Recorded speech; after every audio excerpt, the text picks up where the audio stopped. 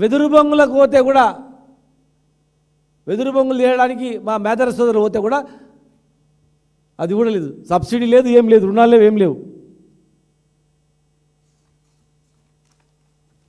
ఈరోజు ఒక ఫ్రీగా ఒక పైసా ఖర్చు కాకుండా ఇచ్చేటువంటిది విద్యా ఉద్యోగాలలో కూడా మీ ప్రస్తావన లేదు. స్థానిక సంస్థల్లో దాని మీద ప్రస్తావన లేదు, బడ్జెట్లో ఏది ప్రస్తావన లేదు. ఎంబీసీ కులాల మీద ఏదో ప్రేమ ఉన్నట్ల వాళ్ళని సపరేట్గా మీకు మంత్రిత్వ శాఖ ఇస్తాం, ప్రత్యేక నిధులు ఇస్తాం, ఒక్క పైసా లేదు. 10 కార్పొరేషన్లు ఏర్పాటు చేసిండ్రు, నిధులు 2 సంవత్సరాలు కేటాయించి ఒక్క సున్నా ఖర్చు పెట్టింది లేదు. కేవలం చైర్మన్ నియమిస్తున్నారు, బిల్డింగులు కూడా లేవు, ఒక్క దగ్గర నిధులు కేటాయించి ఇచ్చింది లేదు. సహకార శాఖలు నమోదైనటువంటి వాళ్ళకు 10 లక్షల రూపాయలు సొసైటీకి ఇస్తామన్నారు, ఒక్క పైసా ఇచ్చింది లేదు ఏ సొసైటీ కూడా. ఇంత దగ, ఇంత మోసమా? ఎడ్యుకేషన్లో ఫీజు రియంబర్స్మెంట్ బీసీ కులాల చదివిన అందరికీ ఇస్తామన్నారు, మెరిట్తో సంబంధం లేకుండా. ఇలా 12,000 కోట్ల రూపాయలు, దాదాపు 12,000 కోట్ల రూపాయలు బకాయి ఉంది ఫీజు రియంబర్స్మెంట్ కింద. ఈ వర్గాలు చదువుకున్నటువంటి విద్యార్థులకు ఈరోజు సర్టిఫికేట్స్ ఇవ్వట్లేదు. కాలేజీ యాజమాన్యాలు ప్రైవేట్ కాలేజీలు నడుస్తలేవు, బంద్ అవుతున్నాయి. ప్రైవేట్ కళాశాలలో సిబ్బందికి 2.5 లక్షల మందికి జీతాలు ఇస్తలేరు, మీ ఫీజు రియంబర్స్మెంట్ ఇవ్వనందుకు. జీతాలు లేవు అక్కడ. గురుకులాల్లో తిండి సరిగా లేదు, మెనూ లేదు, అక్కడ నిధులు కేటాయించింది లేదు. గురుకులాల్లో ఉన్నటువంటి విద్యార్థుల పరిస్థితి అగమ్య గోచరంగా ఉంది. పేద బడుగు బలహీన వర్గాల జాతులు ఇలా కొట్టుమిట్టాడుతూ ఉన్నాయి, భవిష్యత్తు కనిపిస్తలేదు. ఎవడైనా ప్రశ్నిస్తే వాళ్ళ మీద అరాచకం ఉందంతే. బడ్జెట్ ప్రసంగం, గవర్నర్ ప్రసంగంలో కనీసం మాట వరుస కూడా లేవు ఇవన్నీ. ఈ 3 సంవత్సరాలు అయిపోయింది, నెక్స్ట్ చేద్దాము అనేది లేదు, అసలు వాళ్ళ పేరే లేదు. చేతి ఉత్తి బజార్ లేదు, ఏ పదవులు వచ్చినా పదవులలో కూడా లేదు. వాళ్ళు ఇచ్చేటువంటి కార్పొరేషన్ పదవులు కానీ అఫీషియల్లో కానీ ఎక్కడ కూడా ఈ వర్గాలంటేనే చాలా చిన్న చూపుగా ఉంది. బడ్జెట్లో పూర్తి కేటాయింపు లేదు. బీసీ సప్లాన్ అన్నారు, మరి బీసీ సప్లాన్ను ఊసేలేదు.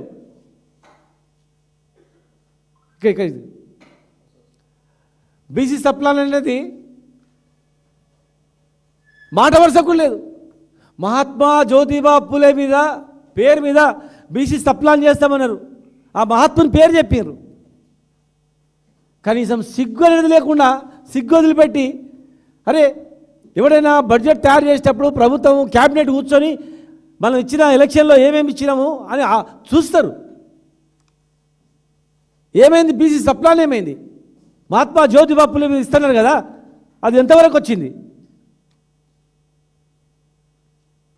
ఇది సామాజిక న్యాయమా? మేము కాంగ్రెస్ పార్టీ ఈ దేశానికి రోల్ మోడల్ అన్నాడు, ఇదా రోల్ మోడల్? నట్టేట ముంచి గొంతు పిసికి మోసం చేసి కేవలం వీళ్ళని ఓటు బ్యాంక్గా వాడుకొని ఇవాళ మీరు బీసీలను ఈ రాష్ట్రంలో వేసినంత ఎవరు చేయలేదని చెప్పి ఢిల్లీలో పవర్ పాయింట్ ప్రజెంటేషన్లు, పెద్ద పెద్ద గొప్పలు, ఇక్కడ గుండు సున్నా. ఎవరికి కావాలండి మీ ఫ్యూచర్ సిటీలు? ఎవరికి కావాలి మీ ఈ మూసీలు ప్రక్షాళన? ఎవడు చూస్తాడు? ఈ వర్గాల వాళ్ళు వచ్చి ఆడ కూర్చొని సంతోషపడతారా? మూసి చేస్తే చాలు, మా కుల వృత్తులు అవసరం లేదు, హాయిగా బతుకుతాం, గొర్రెలకు డబ్బులు ఇవ్వకపోయినా, చేప పిల్లలు పెట్టకపోయినా, గీతా కార్మికులు చనిపోయినా, మా ఎంబీసీ కులాలు రోడ్డు మీదకి వచ్చిన ఈ మూసిని చూసి సంతోషపడతారా? మూసి బాగా అయింది, మా జీవితాలు బాగా అనుకుంటారా? ఇన్ని కోట్ల జనాభా, 2.5 కోట్ల జనాభా ఉన్నటువంటి ఈ వర్గాలు నీ మూసి ప్రక్షాళనతో ప్రక్షాళనమైపోతారా? నీ ఫ్యూచర్ సిటీతో ఇలా ఫ్యూచర్ మొత్తం మారిపోతుందా? చెప్పండి. మీ ఫ్యూచర్ సిటీ వల్ల వీళ్ళ ఫ్యూచర్ మారుతుందా? మీ మూసి ప్రక్షాళన వల్ల వీళ్ళు ప్రక్షాళన అవుతారా? ఈ వర్గాల వాళ్ళు ఏం చేస్తే వీళ్ళు ప్రక్షాళన అవుతారు? ఆలోచన చేసుకోదా ఈ ప్రభుత్వం? కేసులు, దాడులు, దౌర్జన్యాలతో, అరాచకాలతో ఎన్ని రోజులు నడుపుతారు? అసత్యపు ప్రచారాలతో ఎన్ని రోజులు ప్రభుత్వాన్ని నిర్మిస్తారు? ఎన్ని రోజులు మోసం చేస్తారు? మేము తెచ్చుకున్న తెలంగాణ ఈ వర్గాల వాళ్ళందరూ కూడా కొట్లాడి, ఈ వర్గాల వాళ్ళ యువకులు, ఇక్కడ ఉన్నటువంటి యువకులందరూ కూడా జీవితాలను సర్వనాశనం చేసుకొని, చదువులు చదువుకొని, ఉన్నత చదువుకొని, చదువులన్నీ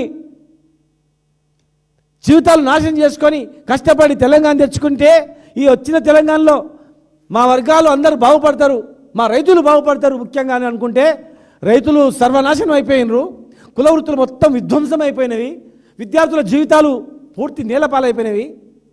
మళ్ళీ ఎటువైపు పోయి బతుకుదామా, ఈ రాష్ట్రాన్ని వదిలిపెట్టనే స్థాయికి వచ్చింది. ఇలా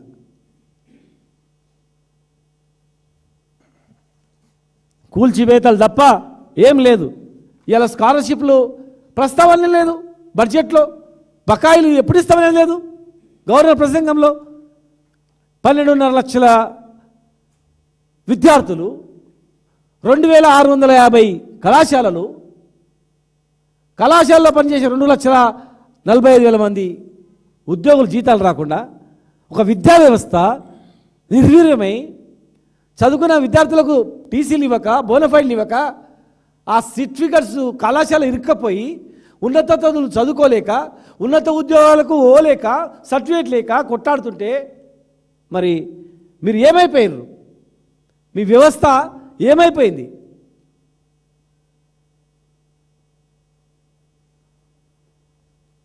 టోటల్గా మొత్తం కూడా విద్యా వ్యవస్థ మొత్తం నాశనం అయిపోయింది.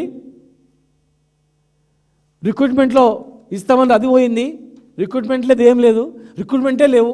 2 లక్షల ఉద్యోగాలు రిక్రూట్మెంటే లేవు. ఇంత ఊర్లో పొలం ఉన్నాడు బతికితే రైతు బంధు లేక ఆ పొలం ఉన్నాడు కూడా మళ్ళీ ఊరు విడిచిపెట్టి మళ్ళీ పట్టణం పోయే పరిస్థితి వచ్చింది. ఆ భూమి ఒక పెద్ద రైతు పండిస్తే ఆ రైతు కింద కనీసం పోయి కూలీనాలు చేసుకొని బతికే పరిస్థితి ఉండే. ఒక నాటేస్తే 1000 రూపాయలు ఇచ్చే పరిస్థితి ఉండే. ఇలా నాటేసే పరిస్థితి లేదు. మళ్ళీ 1000 రూపాయలు కదా 100 రూపాయలు ఇచ్చే పరిస్థితి లేదు. మళ్ళా పెద్ద పాము మింగితే కిందికి వచ్చినట్లు వచ్చేసింది. మొత్తం కాంగ్రెస్ చేతిలో పడ్డది, పెద్ద పాము చేతిలో పడ్డది ప్రభుత్వం. మళ్ళీ మింగేసింది తెలంగాణని, మళ్ళీ ఉల్టా రివర్స్కి వచ్చింది. మేము కొట్లాడి తెచ్చుకున్న తెలంగాణ, జైళ్ల పాలై కేసీఆర్ గారి నాయకత్వంలో తెగించి కొట్లాడి తెచ్చుకున్న తెలంగాణ ఇట్లా ఎక్కుంటే అగ్రభాగం పోయి మళ్ళీ తుప్పున ఇలా చేతిలో పడే వరకే కుప్పగూలిపోయినట్టు పరిస్థితి వచ్చింది. ఇలా కులవృత్తుల పరిస్థితి అంతే, విద్యార్థుల పరిస్థితి అంతే, రైతుల పరిస్థితి అంతే, తెలంగాణ ఉన్నట్టు ప్రజానిక మొత్తం కూడా ఇలా రోడ్ల పాలయ్యే పరిస్థితి వచ్చింది. 56% ఎక్కడా? నువ్వు ఇచ్చే బడ్జెట్ 3.85% ఎక్కడా? కామారెడ్డి డిక్లరేషన్ ఏంది? మీరు చేస్తున్నది ఏంటి? రోజు ఎవరు ఇల్లు కూలగొడతా ఉన్నారు, ఎవరు జీవితాలు నాశనం అవుతా ఉన్నాయి. పెద్ద బిల్డింగ్, ఒక పెద్ద బిల్డింగ్ ఎవరి దాన్ని కూలగొట్టినరా? పొంగులేటి ఇంటికి రక్షనా? కేవీపీ రామచంద్రరావు ఇంటికి రక్షనా? మంత్రులు ఉన్నటువంటి